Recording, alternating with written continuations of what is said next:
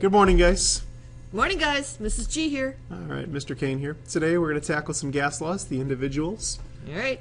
We may handle 2, we may handle 4. We did the legwork in the last video, Yep. especially with temperature. We now know how to do pressure conversions Yep. and temperature conversions. Yep. Now we're going to do the legwork. All right. Or was that the legwork? Oh, whatever.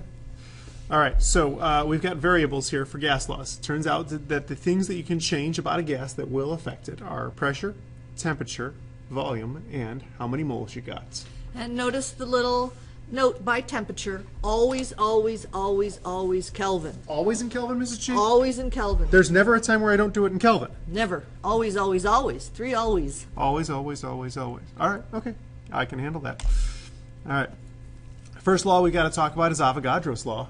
I think I remember this guy, don't you? I remember this guy, 6.02 times 10 to the 23rd. Right, that's the same guy. This guy? Mm-hmm. He's the guy who came up with the idea that there are a certain number of particles in a mole. But he was talking about the fact that you can measure the amount of stuff, and he called it a mole. Okay. And he was talking about this with gases.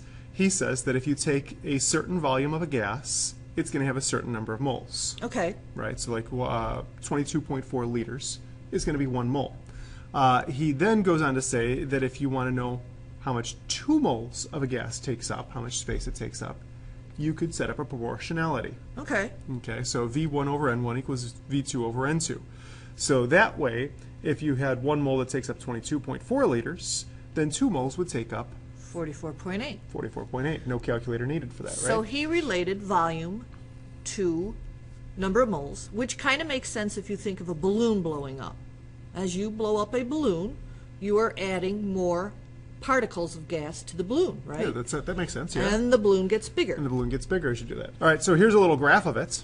So Avogadro's law states that the volume of a gas held at constant pressure and temperature varies proportionally with the number of moles. Okay, and so notice it's a direct relationship. yeah, direct relationship. That's our balloon The more example. moles, the more volume. Right, that Right. makes sense. And that's Avogadro's computation. There's the computation. Yeah. 2 sets of conditions. Condition number 1 on the left, condition number 2 on the right.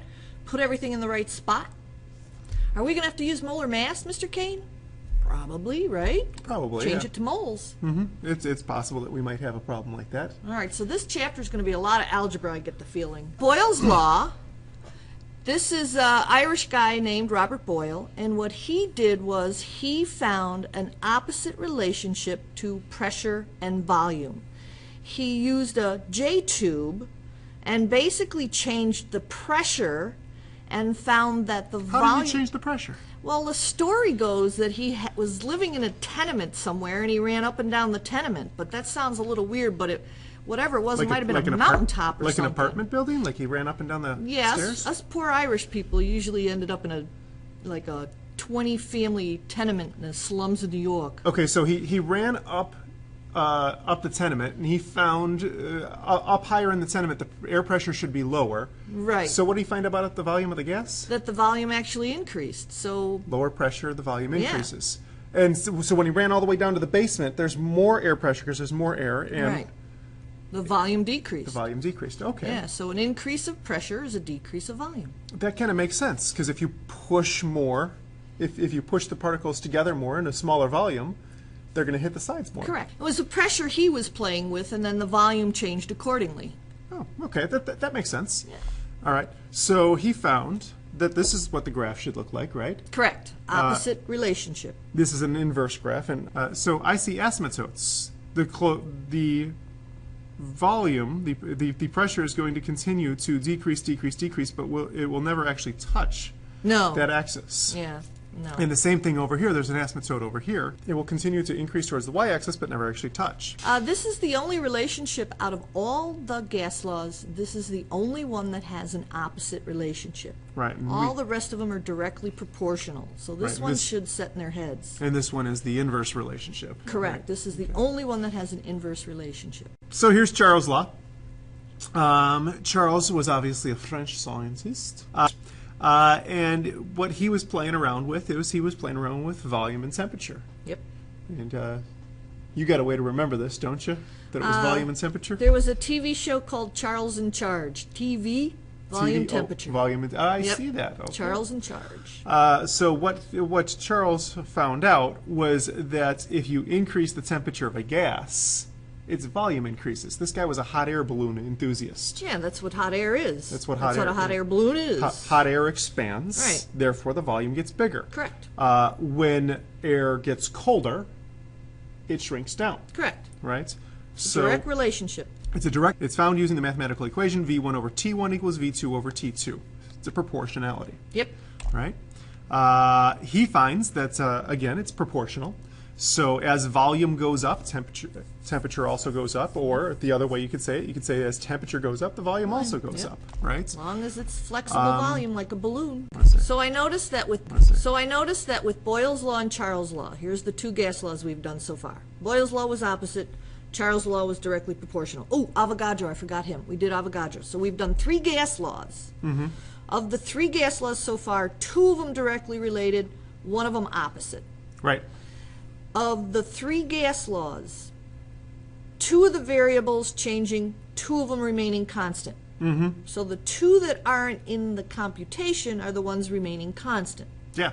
So this one would be pressure and number of moles. Right. Got it? And that's because good science always has only 2 variables. Yep. Because on a graph, you can only graph. The 4th and final gas law guy. Gay-Lussac, French scientist. If you say it with an American, without the French accents, if you say it like an American would, people laugh at you. I'm going to say, I call it Lussac's law. All right, so Lussac's law. Gay-Lussac. I'm an Irish woman from New York. I say Lussac. I still got a little bit of French in me.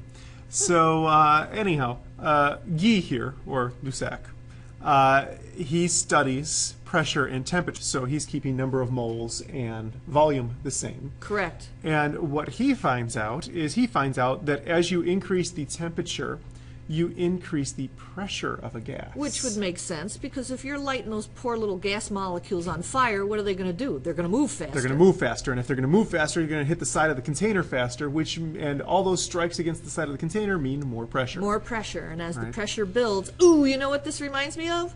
Aerosol cans in an open fire pit. You've done that? Yep, that's what happens. That's why it blows up. It's not a flexible container. Yeah, you're not. So the volume stays constant.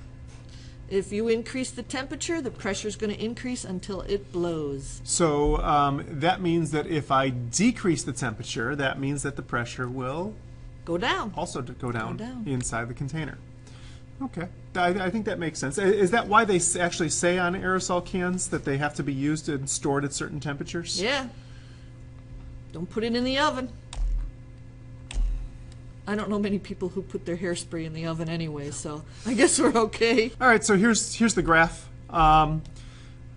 Notice that as temperature increases, pressure increases. This is a direct relationship. Ms. G, do you want to review quickly the direct and indirects? All right, we've had 4 laws: Avogadro, Boyle, Charles, Lussac's. 4 variables, 4 laws. Of all 4 laws, only one of them has an opposite relationship. That's Boyle's law. Pressure and volume are the only 2 variables that are opposite. Okay. Of the 4 laws, they're always studying 2 variables and holding the other 2 constant.